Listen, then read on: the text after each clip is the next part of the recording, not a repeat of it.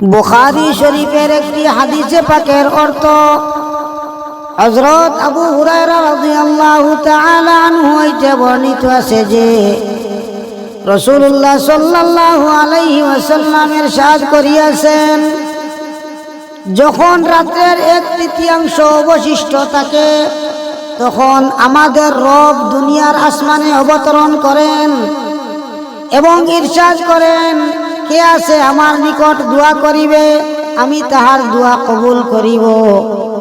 কে আছে যে আমার নিকট চাইবে, আমি তাহাকে দান করিব। কে আছে যে আমার নিকট মাগফিরাত চাইবে, আমি তাহাকে মাফ করিয়া দিব।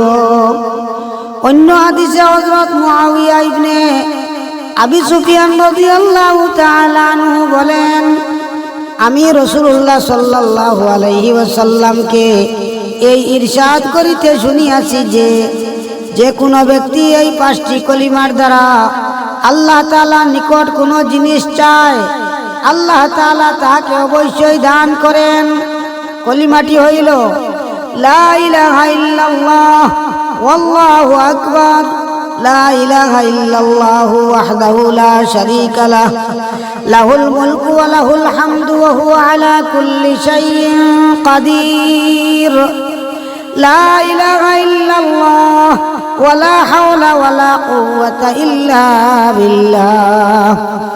অন্য হাদিসে হযরত রাবিয়া ইবনে আমির রাদিয়াল্লাহু তাআলা আনহু হইতে বর্ণিত আছে যে তিনি বলেন, আমি নবী করিম সাল্লাল্লাহু আলাইহি ওয়াসাল্লামকে এই ইরশাদ করিতে শুনিয়াছি যে দুয়ার মধ্যে ইয়া যাল জালালি ওয়াল ইকরাম এর দ্বারা কাকুতি মিনতি করো, অর্থাৎ এই শব্দকে দুয়ার মধ্যে বারংবার বলো।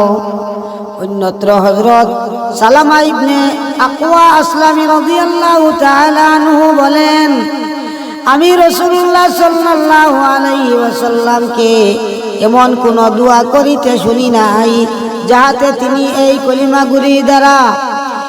কলিমাগুলি দ্বারা দোয়া আরম্ভ না করিয়াছেন, অর্থাৎ প্রত্যেক দোয়ার শুরুতে তিনি এই কালিমাগুলি বলিতেন, সুবহানা রাব্বিয়াল আলিয়্যিল আ'লাল ওয়াহ্হাব, অর্থাৎ আমার রব সকল দোষ ত্রুটি হইতে পবিত্র, সর্বোচ্চ সর্বাপেক্ষা দানকারী।